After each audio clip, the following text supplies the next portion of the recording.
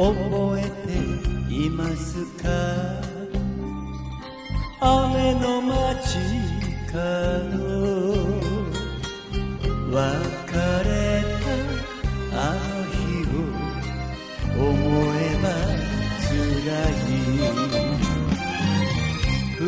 人の愛が若すぎて心の合鍵捨ててしまった泣かせて泣かせて帰らぬ月あなたにもう一度巡り会いたい。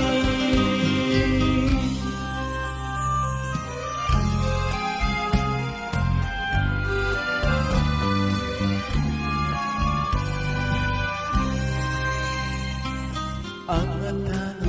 幸せ風の噂に聞くたび切なく震える時優しい笑顔あの瞳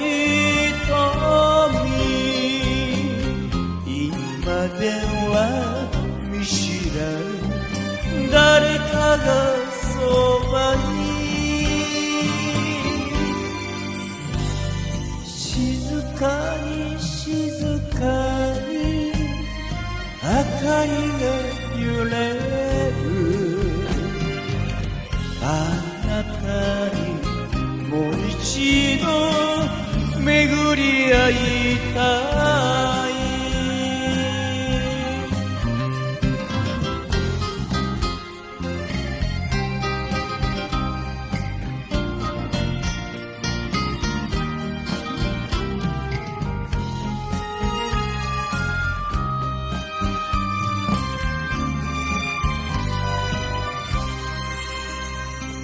覚えていますか？霧に抱かれて寄り添い歩いた公園通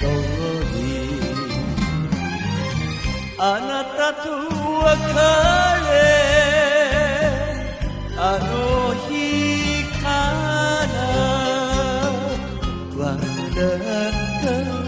ことなど一度もなかった泣かせて泣かせて今夜はせめて